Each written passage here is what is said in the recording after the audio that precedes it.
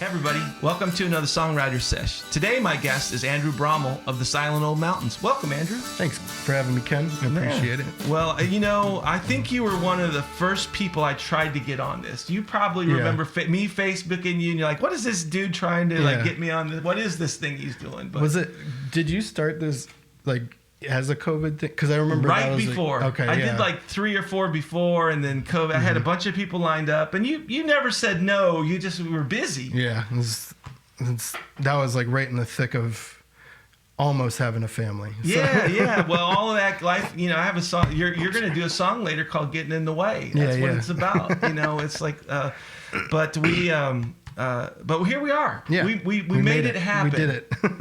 And I've seen your band a number of times, Silent Old Mountains, and I love it every time I see it. And my keyboard player, Dave Fenstermacher, he goes to see you whenever he can. I know you've seen this in the crowd. Yep. I remember I've met, I think Dave introduced himself to me as your piano player. So I was like, and I've seen you guys at I like to think I'm the singer in his band. Actually, he's such a good player. I look forward to it. You probably never seen him play. I don't know. I don't think so. Yeah, you're gonna love it. So we're doing a show together. This is exciting. So we're doing a show together July 6th, 7 p.m. at the Sky Stage. At Sky Stage, yeah. That's a great venue. It's the best. I think Logan, who runs sound, he's like one of the best in town, and the space is the best. Like it's our favorite for sure. It's top of the list for us. Well, this year we got rained out twice. Let's pray for no rain. I'm knocking on some that's wood. We've never been canceled by rain. And I just said it, and now I'm like, come on. Either you're going to be our good luck or we're going to be your bad luck. I'm going to pray for the you're going to be our good luck because we got rained out twice last year. And so the Arts Council called us and said, hey, you guys can, since it happened to you, we're going to give you first pick. And I said, you know what I want to do? I want to play with Silent Old Mountains. Sweet. Yeah. And they said, oh, I don't know. And I said, like, those guys are good. So I was like, oh, okay, thanks a lot. Yeah. I don't think they said it that way, but I think they were protecting you. They said, you know, they usually find their own opening act. I said, and you had emailed me, and we said, yeah, let's do it. So when I wrote them back, and they said, and I think they checked with you, like, they booked us. So here we are. We're going to do it. Yep. I think, it's going to be a fun show. I think it's, we haven't played in a while, so I'm excited to play, and we'll have all of us there, so it's gonna be fun. I like when you get all the drums going and the percussion and you acting crazy on the stage.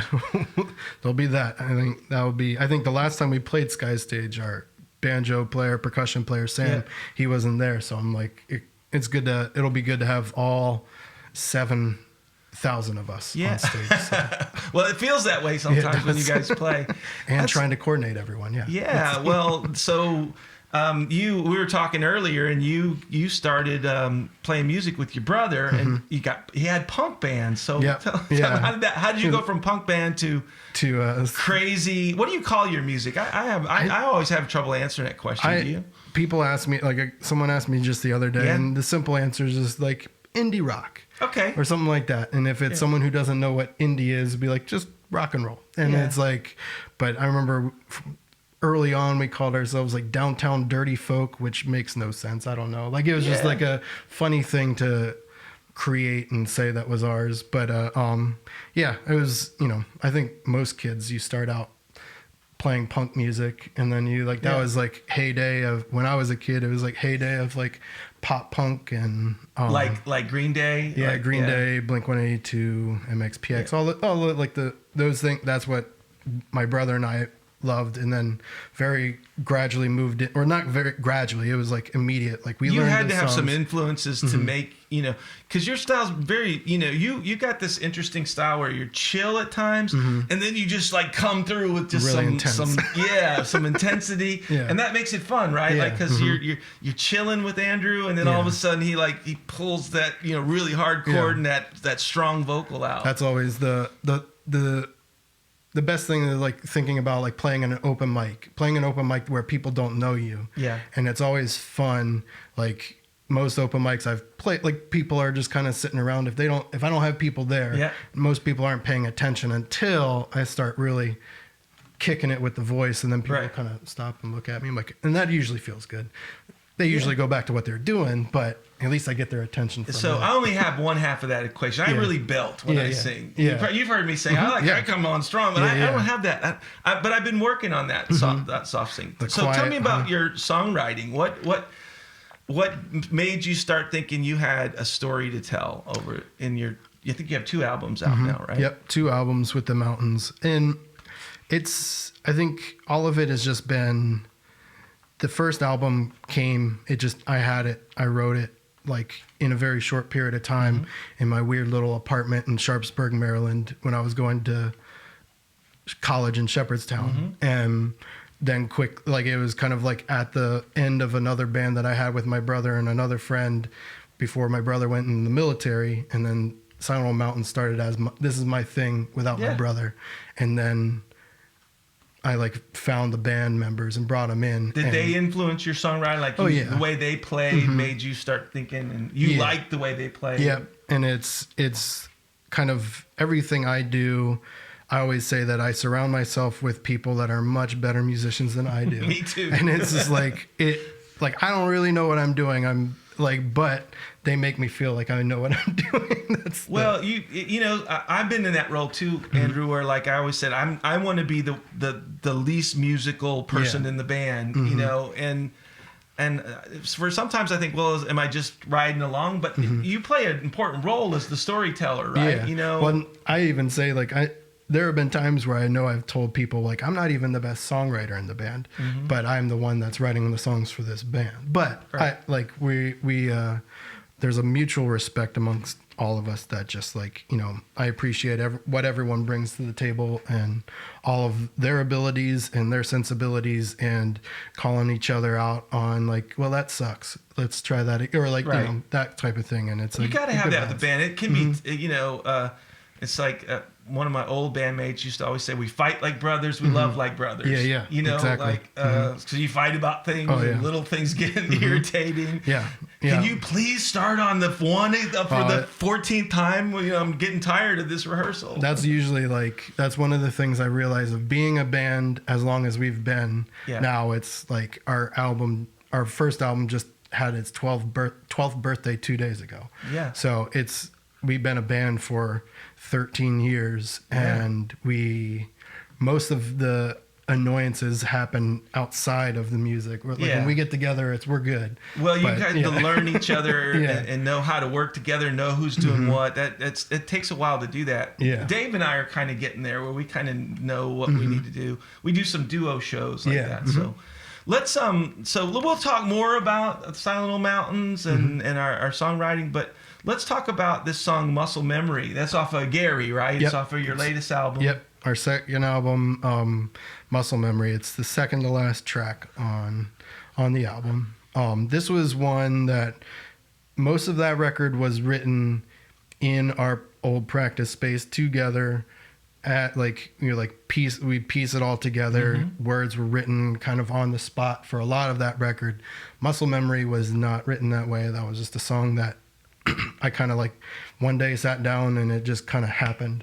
Yeah. And it's one of those ones where I'm Tom Petty used to talk about it's heaven sent. It just comes to you and you just take it and you write it down or you play it. Right? There's songs that are just floating around in the air. I think a songwriter I like, Damian Gerardo, says that it's just there's songs all around us and just happen to grab it out of the air and in the moment in time. So Muscle Memory was one of those for you. Well, it's really, I'm glad you picked that one because this is one of my favorites on the record. It's one of my favorites to play. It's one of my favorites to sing. It's one of the ones that I find challenges me vocally still. So that's why I'm always ooh, okay. That was, but. Well, let's get ready and let's do this song for the folks. Sure.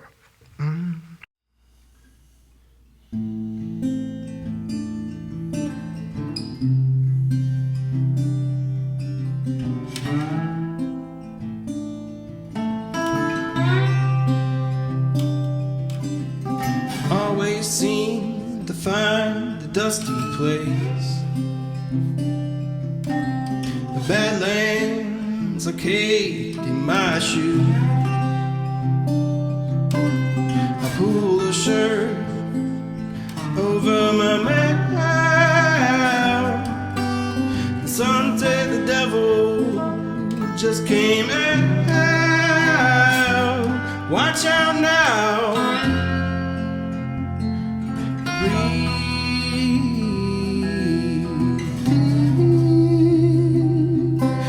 Bleed. Give up now. It's only my soul memory.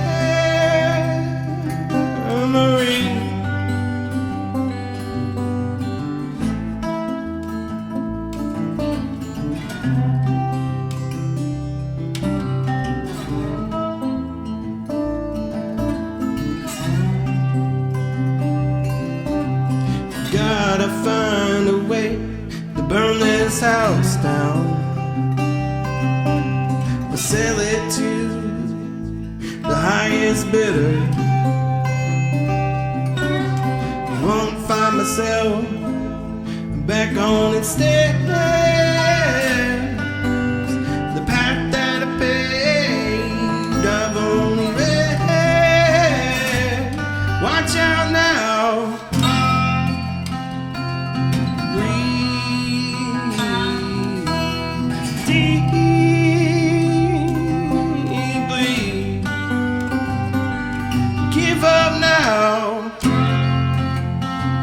It's only my soul memory.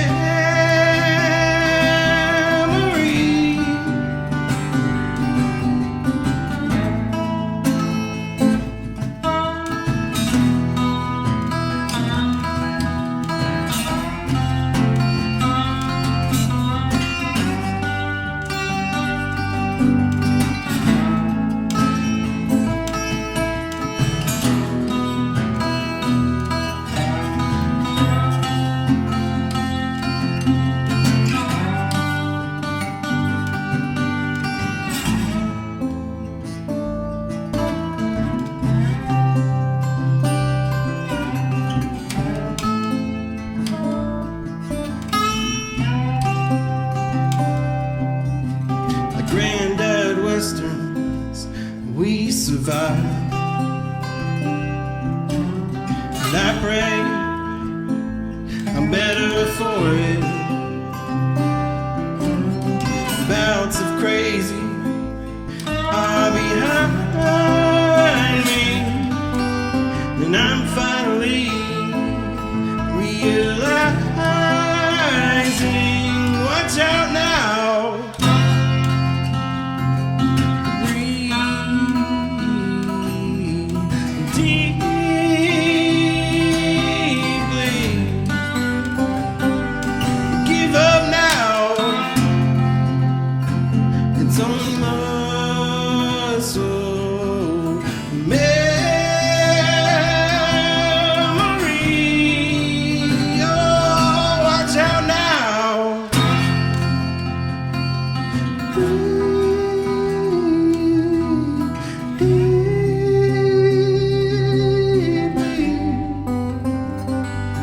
Give up now.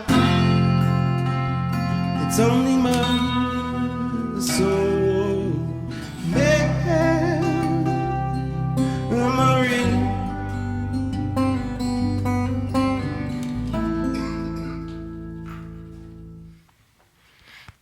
All right, Andrew, I love playing the dobro on that. I hope I didn't mess it up too bad. But muscle memory, you've got the muscle memory. You know when to hit that little change, and I don't have it yet. It's funny that you called that muscle memory because you have the muscle memory for that. And it's funny how quickly I can forget it. But today was a good day for me. So. Yeah, we did it. We got it done. So this is a part of the show I like. Which is, and I know it's hard. I know it's hard to learn. You know, I like learning my guest songs. Yeah. And I asked them to learn one of my songs. Just I don't know, because I like to hear other people sing the songs. And so you learned Getting in the Way. Yeah. And I think this is appropriate for us because you know. You're just starting a career in teaching. Your wife's a teacher. Yep. You got two young kids. It's easy for things to get in the way, isn't it? Yeah. And I would say it's welcomed. You know, like I like where my life is, but there are times where it's like, I really wish I could sit down and write a song, you know? Yeah. Well, look, you got time, you know, we hopefully we do, right? You know, and those moments that you spend with your family and your kids, I'm on the back end of that. You know, like I've got a 15-year-old here and a 32-year-old and a granddaughter and another one on the way. Oh, wow. So, so I know that you know, a lot of things have gotten in the way, but you know, I hope you don't ever let those things get in the way, that you keep writing. I imagine you plan to, right? Well, and that's what I've kind of said as like some of the, so if you come out to our July 6th show at Sky Stage, you will be hearing some newer songs that we've played a couple of times now in the last couple shows that we've had. But I have told people, I'm talking to some friends, that like I'm in my happy period, you know, like where the songs are coming out that are like, you know, they're less depressing and more like celebrating the good things that I have going on for me. So it's a change of pace. They're a little and they're upbeat, and I enjoy and I have fun playing them. Well, I look forward to hearing some of those. You know, I sometimes have a hard time writing some upbeat songs, but I do because doesn't come naturally. That's I'm more of a. Do you write from a place of, you know, personal experience, or do you look at things and write about what you see? I would say generally writing from a personal experience. I try to get away from that. Like that's always been my thing, and it's always been my writing process of like what I'm going through or what I went through, and get that out some way somehow. But it's like your experiences are limited to your life, right? And the changes that you go such through. a wide array of other experiences, right? And then to like, I'm trying to practice to keep myself active in writing and things like that, trying different things to, you know, I haven't found a song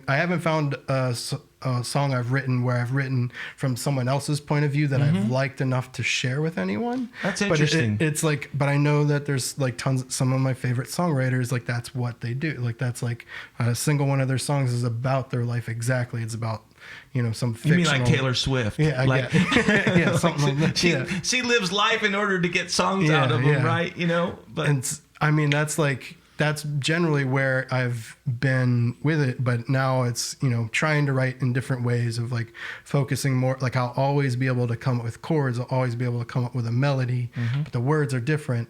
So now, you know, just the other day, like I haven't written a song in quite a while, but I took the practice of like, I had some time, I went out on my front porch, I had a melody in my head, and then I just let the words that sounded right in that melody come, and I felt like it was a pretty good song. Sometimes a story comes out of it, right? Like you just start writing words, and then you're like, oh, that makes me think about this, and now I start crafting. I write more empathetically. Like I write more about other people, but I find that when I do that, like my story comes out somehow. You know, or something I experience or something I feel starts coming out, and like I mean to write about some other person I've seen altogether, but there's some truth in it that, you know, emanates from your own personal point of view. The collective experience. So this song "Getting in the Way" is about that. You know, it's I won't tell the whole story, because then you won't get to hear it at one of my shows, because I always tell a story of the song on the show. But you picked it. Why did why did you pick this song? Because I had two songs. One was "No Sacrifice" and this one. And I think I liked the overall, like it's like, I wouldn't say like the words necessarily are like upbeat, but the music feels like defiant. I usually write defiantly. Like there's bad stuff that happens to people, but they're going to get out of it somehow. And I think that's like just I like the words to this song. Like I feel like that's why you suggested it to me. Like, hey, like these might be kind of up your alley, and it was like, I feel it's I don't know. I guess it's to be like a little glimpse into the future of like, you know, we'll sing the song about the like, put your faith in the flesh and bone. It's just like, you know, and eventually my kids are going to leave. Yeah, And they do. But you put your faith in it, and if they're all, then you're left with your partner or whatever, Yep. and then maybe you get to enjoy some time together. You Yeah. know, like Oh, it's man. all just a big mismatch. Constantly having to correct myself and not wishing my life away, and wishing my kids I had a friend tell me that, like, it's like, I only got like 4 more years and then they're out of the house. And Yeah. like, they're like, why are you wishing for that? that's And I really got it later. I was like, yeah, you lose some of the freedom, but you gain you gain a joy in life, right? I have 4 kids. You have 2. And one of my kids woke me up at 4:50 this morning and didn't go back to sleep. So Well, mine did too, but mine was staying up until 4:50. So different. Yeah, that's different end of the spectrum. Well, let's do this song, Getting in the Way. Andrew's going to sing this song for us, and I'm looking forward to it. Yeah, me too.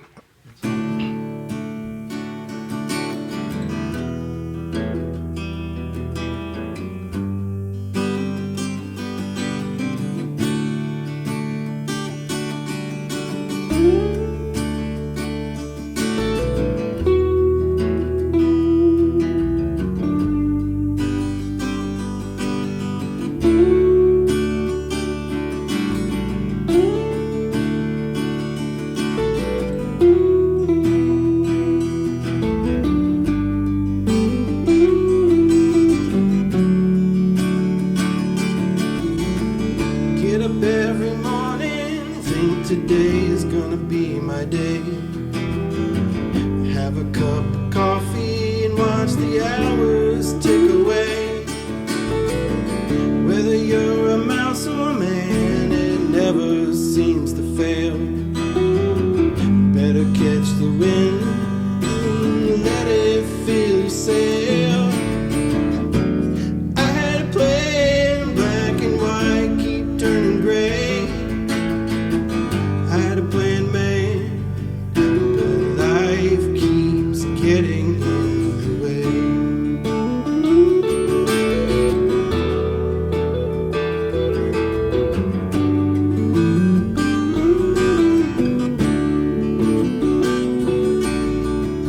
Looking back to the time when I was young like you.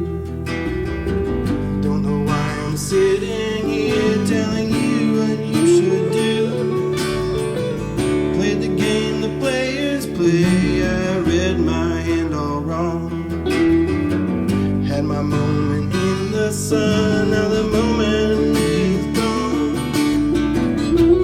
I had a plan, black and white, keep turning gray. I had a plan, man. Life keeps getting in. Life keeps getting in. Life keeps getting in the way. Why has fate turned its back on me?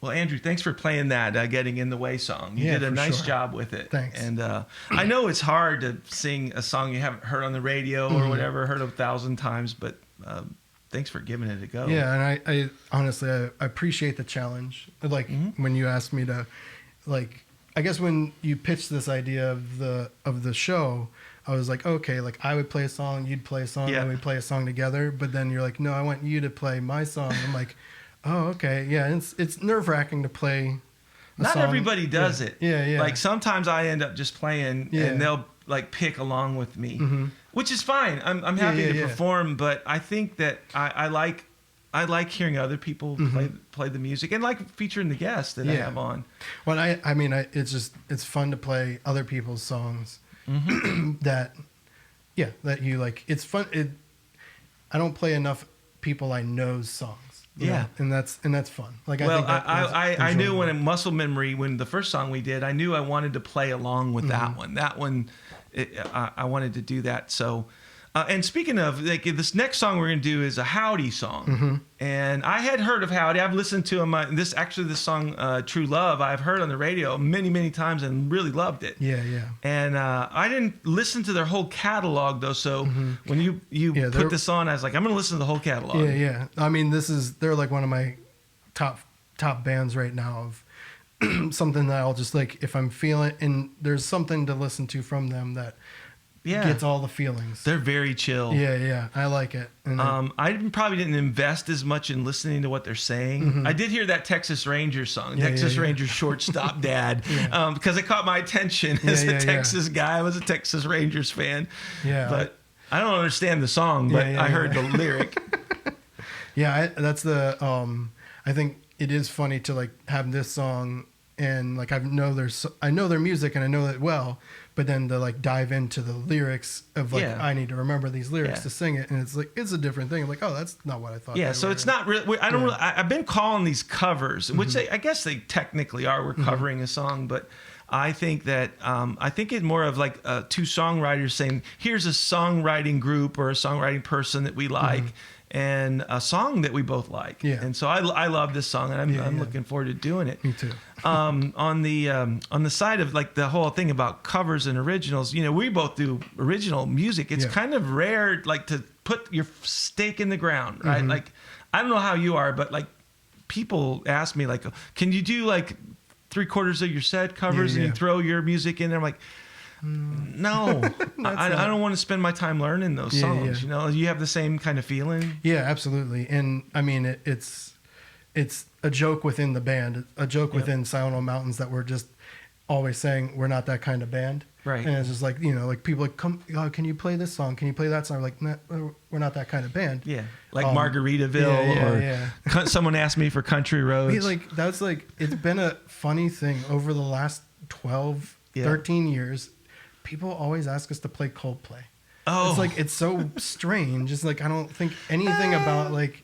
Maybe it's because you got a piano and you got a voice that maybe could go there. I don't know, but it's always been just like the recurring joke of like, oh, like, well, we got to learn some Coldplay. I want to learn like 3 cover songs that everybody wants to hear. Like, Sweet Caroline, whatever, Margaritaville. And then I'm going to call it $100 song.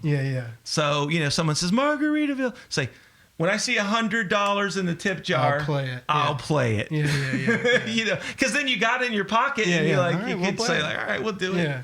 That's what I think in the whole history of Silent Hill Mountains, we've only ever played. We had a Halloween show where we played a couple of David Bowie covers. Yeah. And that was fun. And then for our piano players, like wedding reception, we learned Dancing Queen. And that was fun. That was for his wife. And that was her favorite band. So that was fun. But other than that, it's like we do some covers, but we do it because we like the song. You know, like so, or there's something unique about it. The way we play as a band, it sounds good, or we think it sounds good. I don't know. But we don't play songs that other people want to hear, just notice, so to speak. They do like to hear, like we're doing Angel of Harlem right now from U2, and it's fun. You know, like it is a fun song to play, so we do it. something bumped, but we're gonna keep going. We're keep going. Yeah, we're good. So let's we got just a reminder. We got a show July 6th, 7 p.m. Ken Demith Collection at Sky Stage will open for the Silent Little Mountains. Yep. And we're gonna blow the roof off of that place. Yeah, it's like, lucky for us, they don't even have one, so it's already done. It's already done for primed us. and ready. The roof is pre-blown at the Sky Stage. I think you can find. I know tickets are on Eventbrite. So okay, yeah. I rarely have shows that I have to sell tickets for, but yeah. I think you might want to get tickets for this one because it's going to be pretty crowded in there. They usually sell a couple at the door, but it's only a couple. So yeah, well, get your tickets early, and then we're going to do this howdy song for you.